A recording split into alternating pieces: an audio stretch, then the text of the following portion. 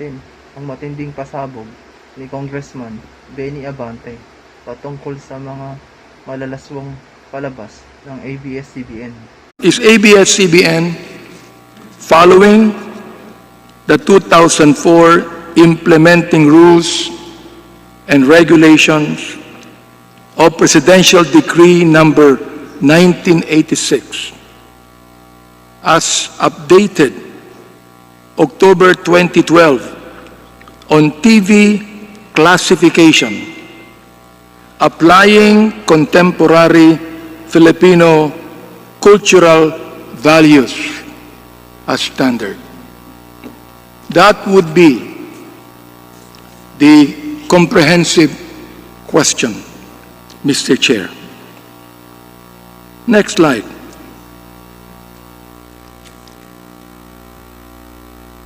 Sexy wet performance in ASAP.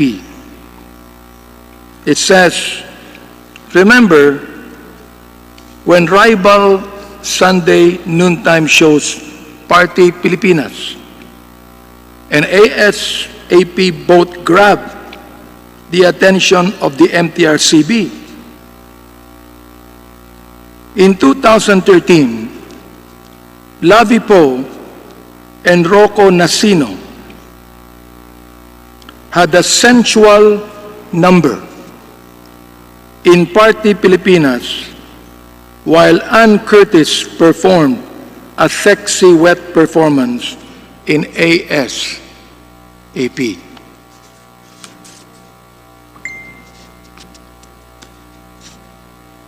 Next slide. Just like other long-running shows in this list, ASAP had its own share of encounters with the MTRCB. One recent incident was Ann Curtis' 28th birthday production number, where she did a, I quote, wet performance of Rihanna's hit song, Diamonds. In the performance, aired in February 24, 2013, Anne wore a black strapless dress with a very high slit. Next slide.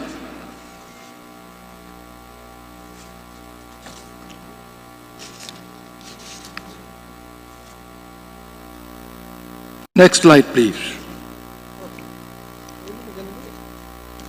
In June 2014, the MTRCB imposed strict rules on Pinoy Big Brother, all in following a controversy that involved housemate Jaime Halandoni posing nude for a painting.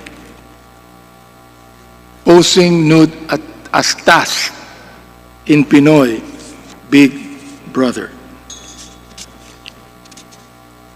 Next slide, please. Certain sectors, including the Philippine Commission on Women, raised concerns about a weekly task wherein Big Brother urged Jaime to post nude for a painting that would raise funds for a charity. Jaime, who is vocal about being a devoted Christian, backed out from the nude painting challenge, as did the three other housemates, Daniel Machunaga, Michelle Gumabao, and Ranti Portento, who were supposed to accompany her. PBB All In issued a public apology as ordered by the MTRCB through TV Patrol. The government agency also ordered the show to adopt gender-sensitive measures, including seminars in coordination with the Philippine Commission on Women. Next slide, please. Kong Benny, Yes. Inform ko lang po kayo, dinagdagan kayo ng additional 5 minutes ni Congressman Mike D. Thank you. Next slide, please. Offending sensibilities in Pinoy Big Brother. In July 2015, MTRCB ordered PBB 737 to enter in a, as I quote, strict and close collaboration with the regulatory board, as the resolution stated that certain scenes in the show offended the sensibilities of the viewing public. Next slide, please. The patong scene in the better half. One scene in the better half showed the character of Denise Laurel on top of Carlo Aquino while making love. Mocha described the bed scene by saying, and I quote, "Ang haba ng halikan, mayroon pang nakapatong yung babae sa lalaki." Next slide, please. The PNP striptease scene in On the Wings of Love in a PNP uniform. In January 2016, MTRCB summoned the top executives of Abs-Cbn to discuss James Reid's striptease scene in the TV series On the Wings of Love, which top-billed him and love team partner Nadine Lustre. This was in connection to Philippine National Police complaint about the improper use of the police uniform in television and movies for that matter. Next slide, please. Attorney Villarreal said in his statement, "The said episode portrayed actor James Reid doing a striptease while wearing a PNP General Office uniform, allegedly with a police badge and showing the rank of SP04. Next slide, please. Degrading scenes in its showtime. In August 2014, it was reported that MTRCB called for a mandatory conference with its Showtime's executives and host Vice Ganda for alleged offensive and degrading scenes aired in the July 28, 2014 episode of the show.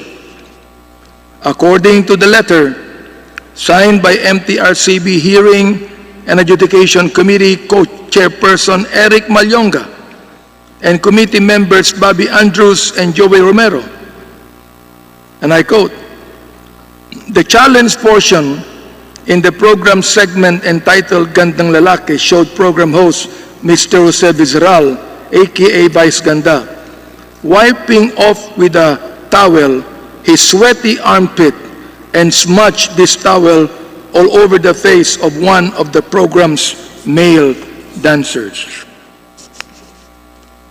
Next slide, please. Foul language in Pangako Sa'yo. MTRCB called the attention of executives of the defunct teleserye Pangako Sa'yo for the use of foul language in the May 29 episode of the show. The episode in question, which happened 3 days after its pilot episode, featured a confrontation scene between Pilar Pilapil and Ian Veneracion. Benita, who is Pilar, confronted her son Eduardo, Ian, after he had a relationship with their cook Amor, Jody Santamaria, despite his engagement to Claudia Angelica Panganiban. She told her son, "Kung pampalipas libog lang yan." That's okay. Go ahead. Next slide, please. Another foul language in Pangako Sa'yo, which was top-billed by Catherine Bernardo and Daniel Padilla, was placed at the 8:30 p.m. time slot where kids and younger audiences are expected to be awake. Next slide. Steamy car love scene in Till I Met You. In November 2016, MTRCB called for a meeting with executives of the Jadin primetime series Till I Met You. The episodes in question were aired from October 25 to 28, 2016.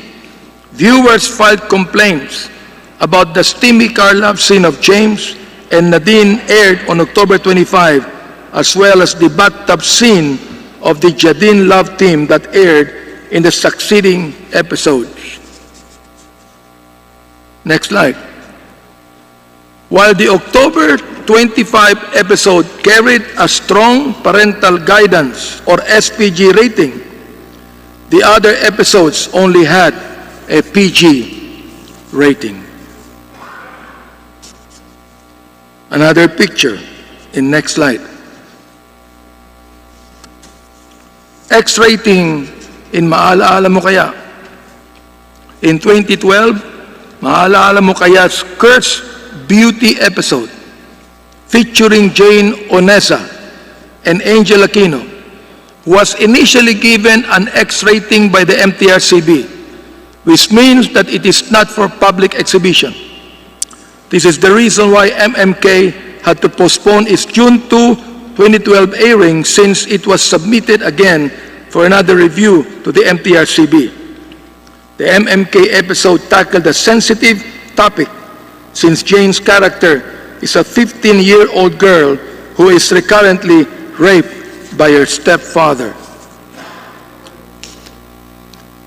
Next slide. Angel's character, who played Jane's mother, reportedly assisted her live-in partner while doing the act of rape. Almost a month later, in June 28, MMK finally aired the controversial episode with an SPG rating. And so, I'd like to ask ABS-CBN, do you have a morality issue? Are we to assume, next slide, that if given another 25 years, these are the type of programs you will continue to air? The last question is, have you forsaken contemporary Filipino cultural values and morality in favor of the ratings? I'd like to ask ABS-CBN to please answer these questions. I would like to say this, not because, Mr. Chair, that I am a bishop, that I have a holier-than-thou attitude. No. I am not only a bishop, but I'm a family man. I have children, I have grandchildren. And even if MTRCB would issue a rating of SPG or whatever it might be, we've got to remember that TV is a public viewing, unlike the movies, where if it is rated only 16 years old and above, can come and see the movie. 15 years and below cannot enter. That is not like television. May I ask, therefore, as our good attorney said, that the articles and the provisions I read in the Constitution also applies in broadcasting and media. May I now please ask the questions or give it to our ABS-CBN officials.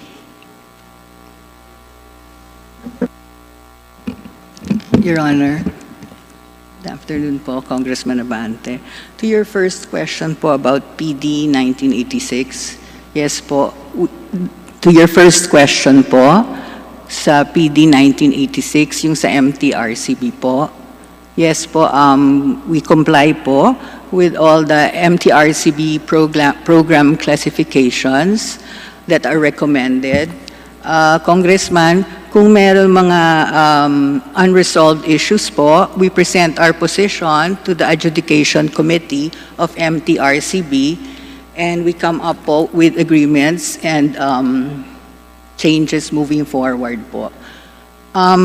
With regards to your second question po, rest assured po na iisa po ang ating layunin, na mapangalagaan, iisa po ang ating layunin, na mapangalagaan ang moral at spiritual values ng pamilyang Pilipino.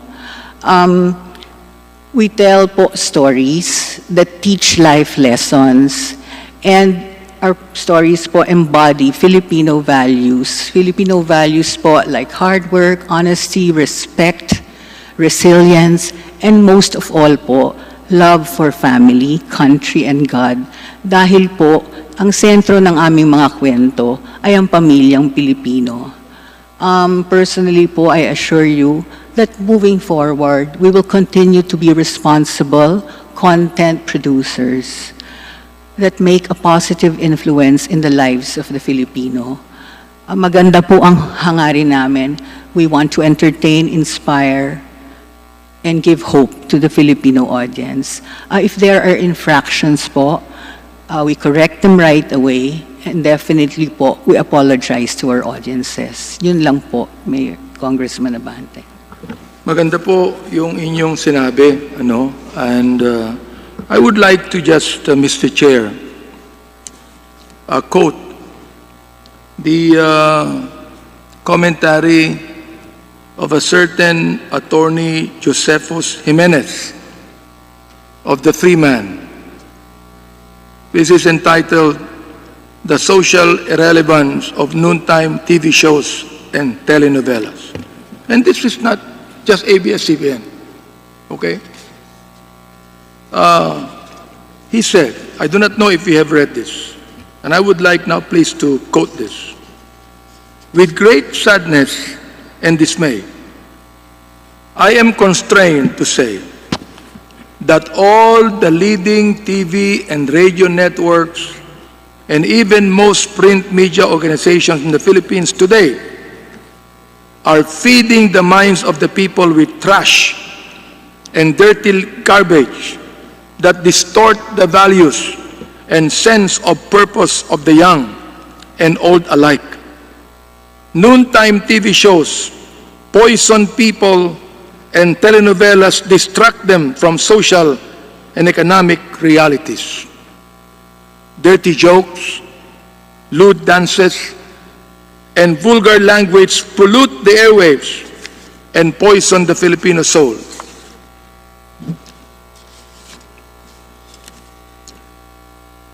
Influence the formation of a national thought, culture, and paradigm. And that is how powerful the media is. In the Philippines, most of this media are just in it for the money. They don't have any sense of patriotism or love of country. It is pure business for them. All they are after are ads, circulation, and to some even envelopmental journalism, being bribed to push a selfish or insidious advocacy. They don't think of the larger implications of what they publish to the long-range strategies and objectives of the nation. What the people see and hear reflect the kind of nation we have. The print and broadcast media here in the Philippines, and in fairness, in many other third world countries, are fixated on making money through ads to fuel consumerism and market liberalism, disregarding the loftier purposes of value formation to build a strong nation and a people of a sturdy character and values. The national government agencies that regulate print and broadcast media are either manned by incompetent executives who are political appointees without a noble purpose, or being bribed not to censor or suspend erring practitioners and network. Noontime shows that propagate the people's culture of mendicancy. The host gives money and jacket, all of those things. So I would like to ask the ABS-CBN, just like what Attorney Jimenez here, Joseph Jimenez asked. Ang sabi niya rito my question is simple. What is the social relevance of all this? What are the redeeming social values? He further said, I have a very high respect for Boy Abunda. He is one of the more sensible TV hosts, which include Karen Davila, Ted Filon, and Tina Monsoon Falma. But Boy Abunda's hackneyed questions, and I quote, sex or chocolate, lights on or lights out, the best time of the day to have sex, irritate me. Ang sabi ni Attorney Jimenez. What do these questions have to do with building a strong value system and national character for our nation and people? He said, I paused for any reply. I think until now, there was no reply. And perhaps right now, the Abs-Cbn has the chance to be able to answer them. Kong Abante, before ko po pasagutin yung ABS, inform ko lang po kayo na binigyan kayo ng additional time tulad ni Congressman Mike D, ni Congressman Tony Pet Albano. Additional 5 minutes po. Thank you po. Thank you. Thank you very much. ABS. Congressman Abante, Yes. we have continued to work on improving our content through the years po. There is no intention to give the audience trash. Kasi po, mahal namin ang audience namin and we are here to serve them. Ang Channel 2 po has a general audience. Please let me interrupt. I do realize that you have no bad intention. Opo. But what is said is already said. And even if you do not have any bad intention, the fact that they were said to others reviewing it, it's not good. Yes, I acknowledge that, Congressman Abante. And moving forward, we'll make sure po. I was just going to say po, in Channel 2 kasi, we have a general audience. So, sinisigurado po namin na nabibigyan namin ng audience ng iba't ibang kwento at karanasan para po masagot namin ang iba't ibang pangangailangan ng mga miyembro ng pamilya. Hindi po kami nagsasabi or nagmamalinis. As we said, we may be imperfect, but we continue to strive to work on those imperfections. And I take note po, Congressman Abante, of all the insights, all the observations, and moving forward po, we will make sure we address them.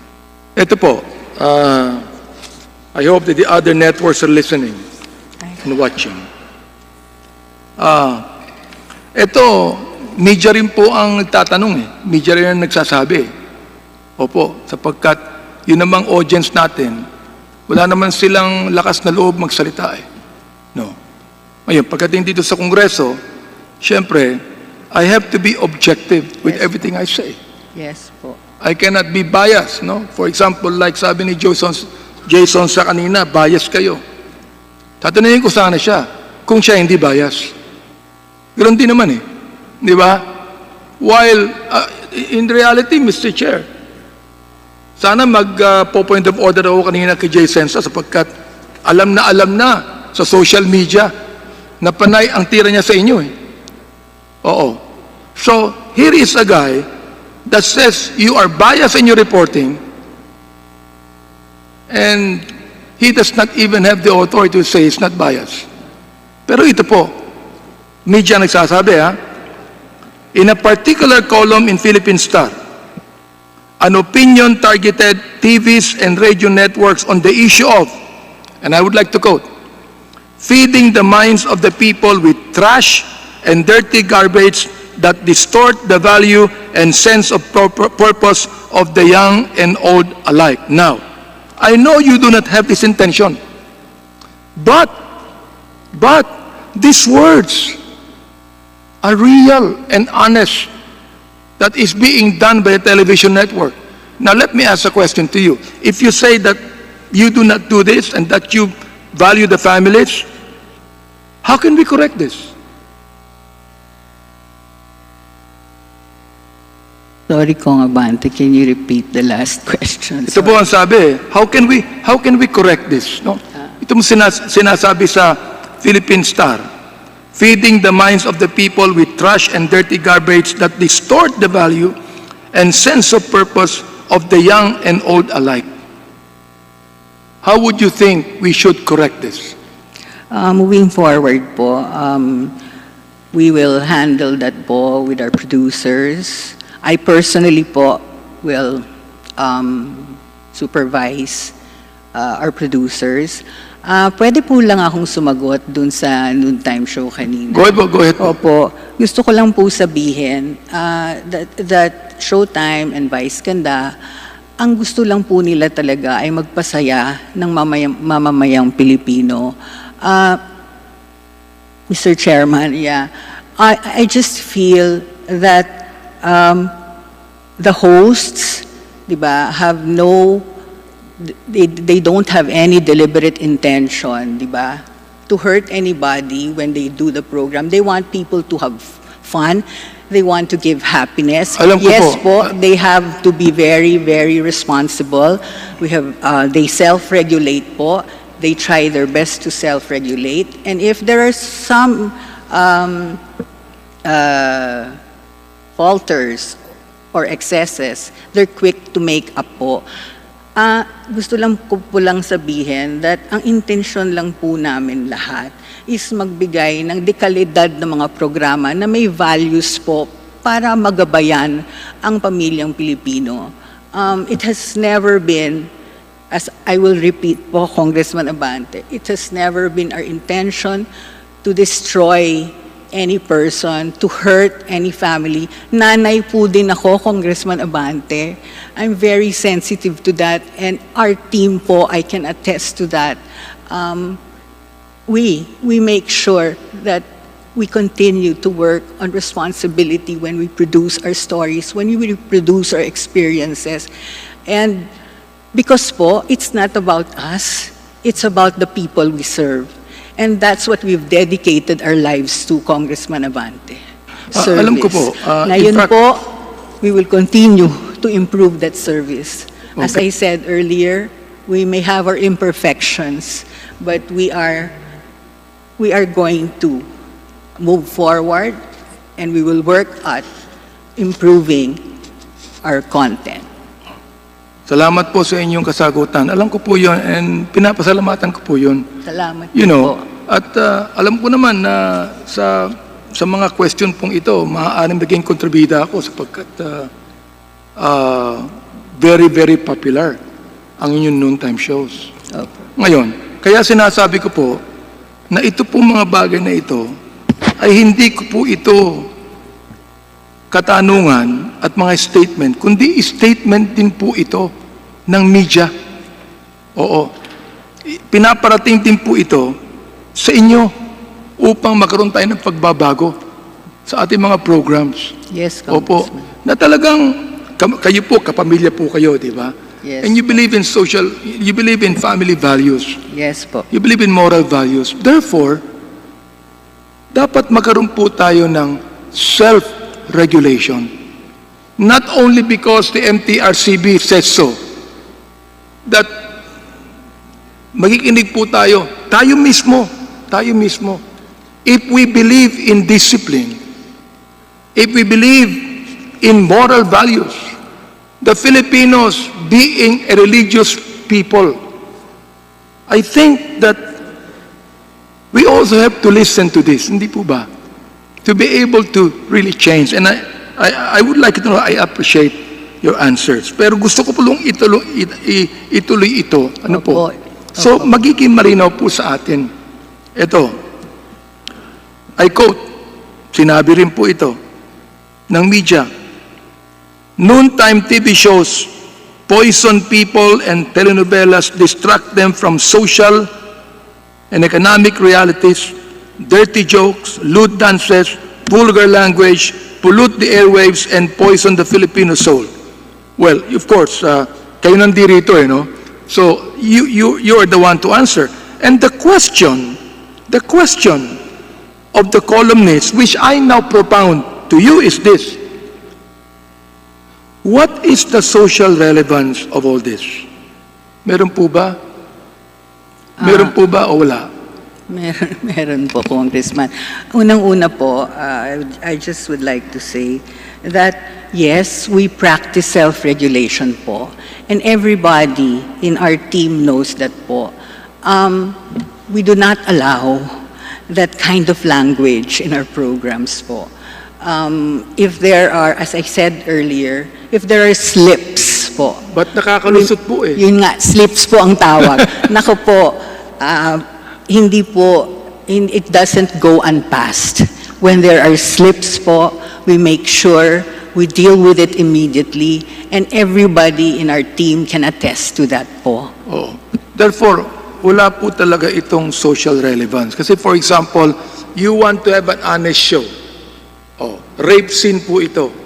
Ibig nyo sabihin, to be honest, that you will actually vividly picture a rape scene in public? Of course not. Of course not. Of course not. Hindi po ba? Of course not. Of course not. So therefore, yeah, gusto ko rin of course tanungin, nakalagay po dito, what are the redeeming social values? There's no redeeming social values.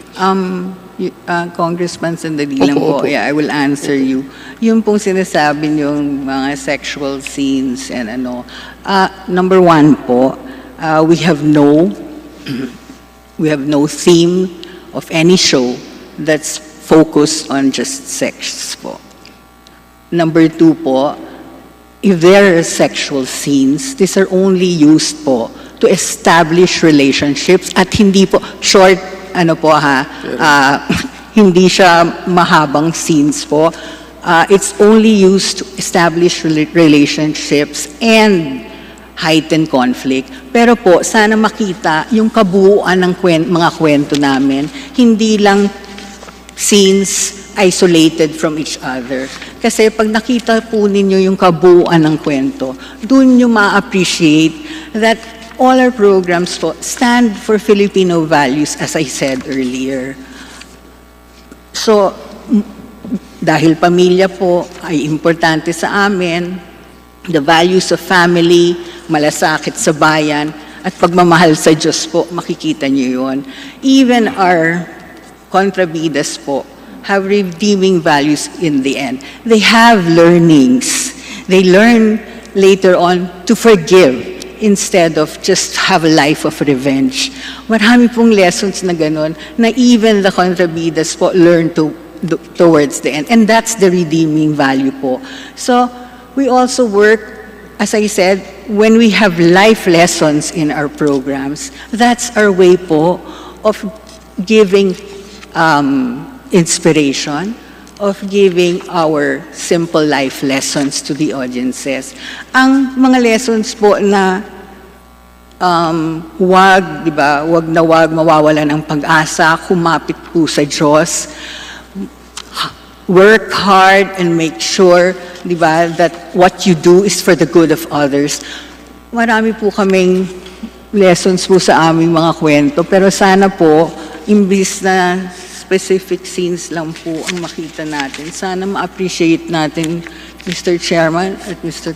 Congressman Abante, yung kabuuan ng programa at yung nadadala at nadudulot niyang inspirasyon at pag-asa sa aming mga manonood. Yun lang po.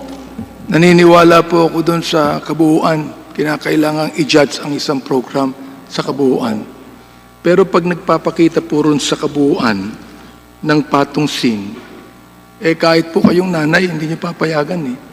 Hindi po ba? Ayan, pinakita ko sa inyo po yung patong scene. Ay, opo. Pinakita ko sa inyo yung torrid lips-to-lips kissing. Mr. Chair, my colleagues, I believe that many of your shows give realities and true stories of Filipino experiences. Pero pag meron na po itong tinatawag na torrid kissing scenes in public, napapanood kahit ng mga bata. No, meron po, pinakita ko sa inyo. Oh, ang hirap lang ng MTRCB, saka kayo bibigyan ng warning na ipalabas na eh. I think that you ought to change that. I think we have the MTRCB rin, Mr. Chair, isn't it? And I will be asking them also some questions that they ought to realize. For example, like yung patong sin sa better half. Naipalabas yun eh. Hindi naman po nakikita ng audience yung kabuuan. Nakikita po nila yung mga titillating scenes eh. Why? Sasabi ko nga sa inyo, the spiritual reality of human nature. That's why we are a nation of laws and not of men.